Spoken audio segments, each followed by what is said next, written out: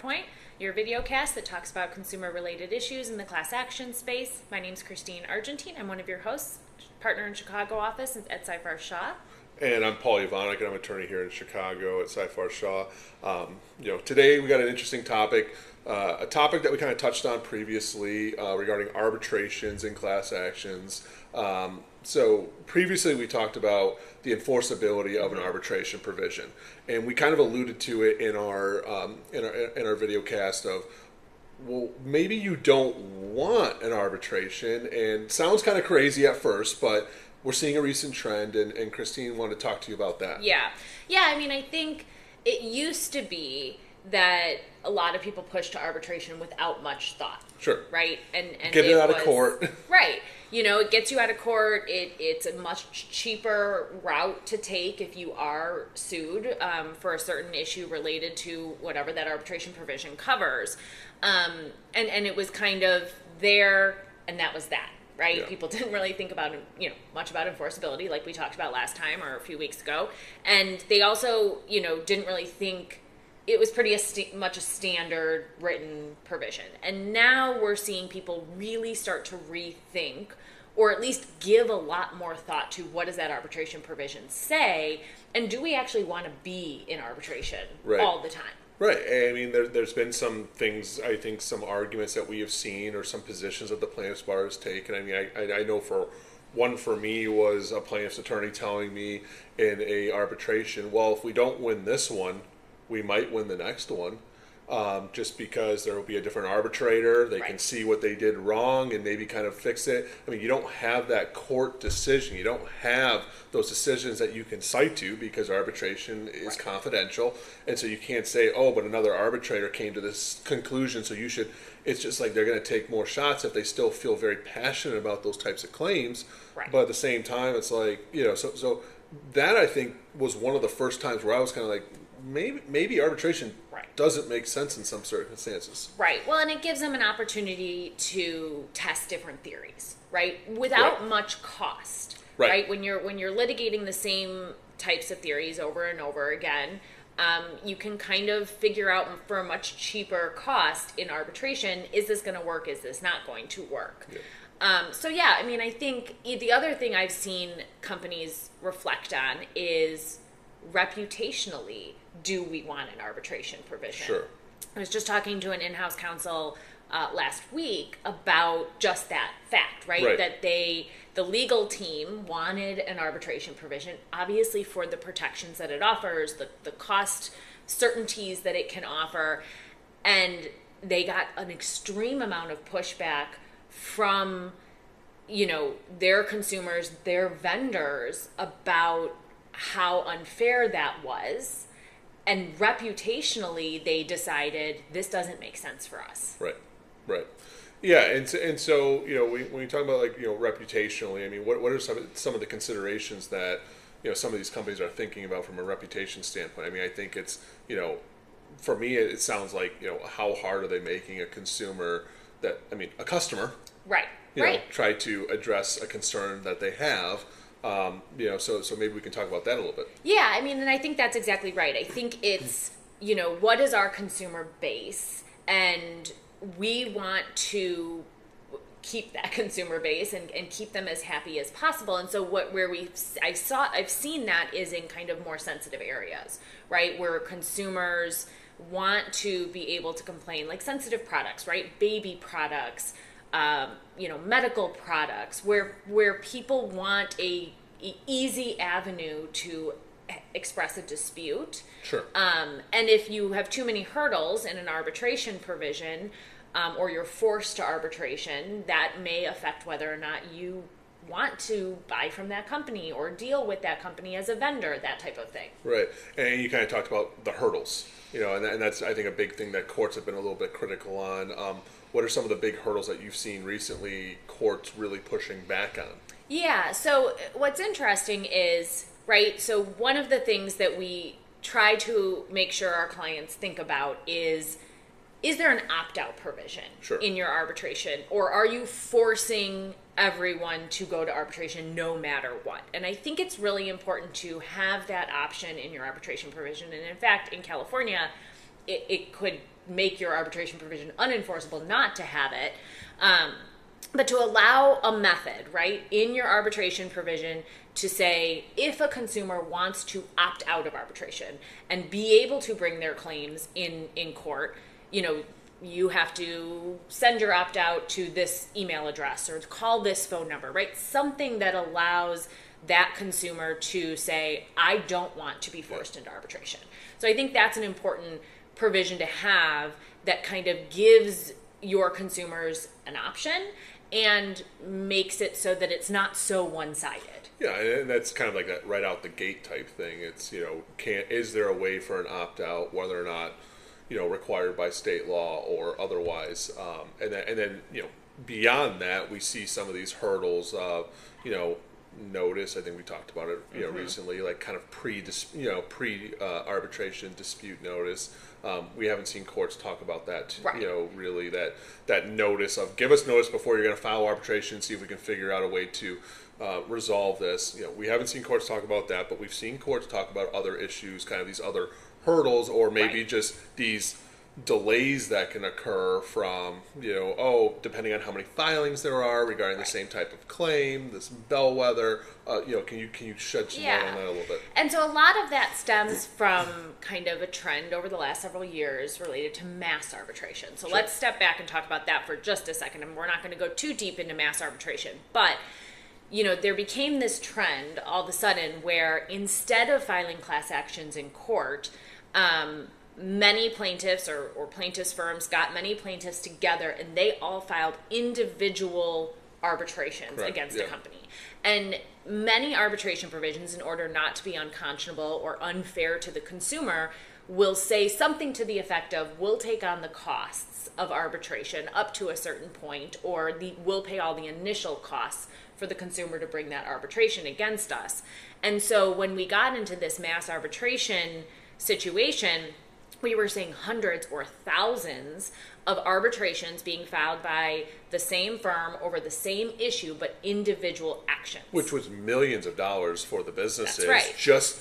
Just to initiate a claim brought against them. Right. And so now all of a sudden, again, this kind of goes back to, all right, so we're seeing these, mass claims, a mass number of claims that we're paying for to come before us, rather than paying your initial appearance fee in state court or federal, or no appearance fee in federal court, or millions of dollars in arbitration. So how much is it worth it to the business to have it confidential when it's going to cost you way more than probably these claims are worth? Yeah. And so once this trend started happening, companies started to revise their arbitration provisions in order to try to protect against mass arbitrations, understandably, right? And so some of the provisions that we started seeing more often were those pre-dispute notice, right? If you want to bring an arbitration against us, you have to send us a notice first, tell us what the dispute is, tell us what your name is, identify, the product you bought or the issue who you had on our website, so that we can investigate that first. And I think, those provisions were put in place, one, as kind of a hurdle because each individual person had to do that. So if you are trying to file thousands of arbitrations, now you've got thousands of dispute letters to write. Right? But they all look the same. How many times have we seen that? Yeah. Another thing that I think, I don't want to say it was often happening, but was happening in the mass arbitration space was companies were coming to realize that some of the people that were filing mass arbitrations didn't exist. Right. Or were deceased, or never bought a product, right? And so there were these mass filings, and as you went through the names of those claimants, there were a lot of issues. Yep. So this pre-dispute notice, right, forced someone to provide a real name, a real address, a real dispute in order to bring that claim. Before we're paying the money to initiate this claim against this Correct. Unknown claimant. Correct. Yeah. And so we haven't seen courts really challenging those pre-dispute notices. But another provision that we started seeing more often was, as you mentioned, these bellwether provisions. Right. So there were provisions being drafted into arbitration agreements that basically said, if more than 100 claims are filed by the same firm over the same issue, that triggers this bellwether provision. Right. Meaning we as the company get to litigate or arbitrate 5 of those, or whatever the number may be, the number's varied, first. Right. See how those turn out, and then start to deal with the rest. Right, and that complicates things because there might, as we've seen the plaintiffs' firms, they're bringing a couple here at a time and a couple more. But as we've discussed off the video cast, you have these consumers who are sitting here saying, "I have a claim, I want my relief, and I want it soon." Right. And they're not getting it. And that's the point of arbitration, right? The sell of arbitration for consumers Right. is they get to litigate their claims quickly, more cheaply than perhaps you would in court. And so when you are saying, well, we'll arbitrate these 5, but the rest of those 100 or 1,000 or whatever it may be have to sit and wait, it suddenly defeats the purpose of arbitration. Yeah. We've seen a couple courts come down and say that provision's unconscionable, right? That's not the point of an arbitration provision. You don't get to pick and choose which ones you litigate first or how many you litigate first before these other consumers who are waiting for relief get to have their day in court, their day in arbitration. Yeah, and I think it makes sense to an extent of just, giving an opportunity for these claimants to get the relief when they want it, when they file the claim, because it's, almost like a stop and go, like, we're going until, oh, never mind, there's been more claims, and all of a sudden we're going to stop, take a back seat, we're going to figure out which 5 we're going to try, and, I'm sure that, depending on what the method is and mechanism for that, and then, we figure out what we want to do from there, if anything, and it just seems like, you're kind of bound to figure out, by whatever decision that is down the road. Yeah, I mean, and from the defense perspective, right, it means that you're not expending the resources fighting 1,000 claims at one time. Sure. But, right, the reason you have that arbitration provision in there, presumably, is to give your consumers that fast option for relief. Yeah, it's not fast in that method of just that bellwether and just wait and see approach. Yeah, so it's interesting because we've seen certain arbitration companies react to kind of this mass arbitration space. Sure. We've seen courts start to kind of react. You saw some companies say, actually, maybe we'd rather be in a class action, right? And try to force the case to court. And a lot of those courts said, no, you chose to be in arbitration. You stay in arbitration. Right. And I think it kind of goes back to what, I mentioned right when we kind of started out with, talking to a plaintiff's attorney and saying, well, I'll take my shot on this arbitration. If I don't win this one, doesn't mean that I'm walking away. We'll just try it all over again. It's like, I think to myself, how great would it be just to get a decision that I can cite to from a court, and I can say, hey, this already happened, and we've already won. Yeah. And so stop trying to try this all over again and convince another arbitrator that has no clue that another arbitration had taken place under the same facts, just a different named plaintiff or claimant. Right. Yeah, so I think, it's important to start really looking at those arbitration provisions that maybe have been in place on your websites or in your vendor contracts for a really long time, and thinking about, if a claim were brought against us, would we really rather be in arbitration? Does it really cost us less? Yeah. Is it really more beneficial for our company, for our consumers, or would we rather be in court? Yeah, and I think maybe just trying to consider what type of claims are we going to be getting against us? How often, nobody has a crystal ball, but how often do we think we're going to get these types of claims? Because depending on what those numbers could look like, you start, pulling out the calculator, as we talked about, some of these, large, mass arbitrations, they are expensive to just get in the door, which is not a good business decision sometimes. Yeah, and what's interesting is, and I've seen from time to time, is certain arbitrations provisions having kind of this small claims court option for either side, right? Either the claimant or the respondent can force the case out of arbitration or choose not to do arbitration and go to small claims court. And what's interesting about that, right, is in a lot of states, small claims court has a limit on what you can recover. $10,000, $20,000, right? As long as you're under that limit, the plaintiff or the claimant can bring their claim in small claims court. And again, you've got kind of the faster option, right? Small claims court tends to move more quickly. You get a trial faster, but you're also in court. And so if you see, if you have that type of provision and you are the type of company that is getting a lot of smaller disputes, which is maybe why you had that arbitration provision in the first place, that kind of, escape hatch, I suppose, if That's you want to put it. That's what I've always referred to it as, right? Is maybe a good option to try to get to small claims court on an individual basis, but be in court. Yeah, and we've seen the arguments, having been, experienced those types of arguments of, as you said, there's usually a damages limit, the ceiling. Plaintiffs are trying to argue, well, the damages exceed the ceiling, and therefore it's maybe not a proper claim to have in a small claims court. Now all of a sudden you're back to, well, now we're going to litigate this in a law or chancery division or federal court, depending on where we're at. The other thing I've always considered with small claims is a little bit of the Wild West. Sure. Things are a little bit more relaxed, in terms of the discovery rules, and kind of just having been through some small claims hearings, it's a little bit more like, I don't think that would have gotten in normally, but they're a little bit more relaxed on some of the rules of evidence. So those are all considerations too of like, how bad do you want to be in court and use this escape hatch?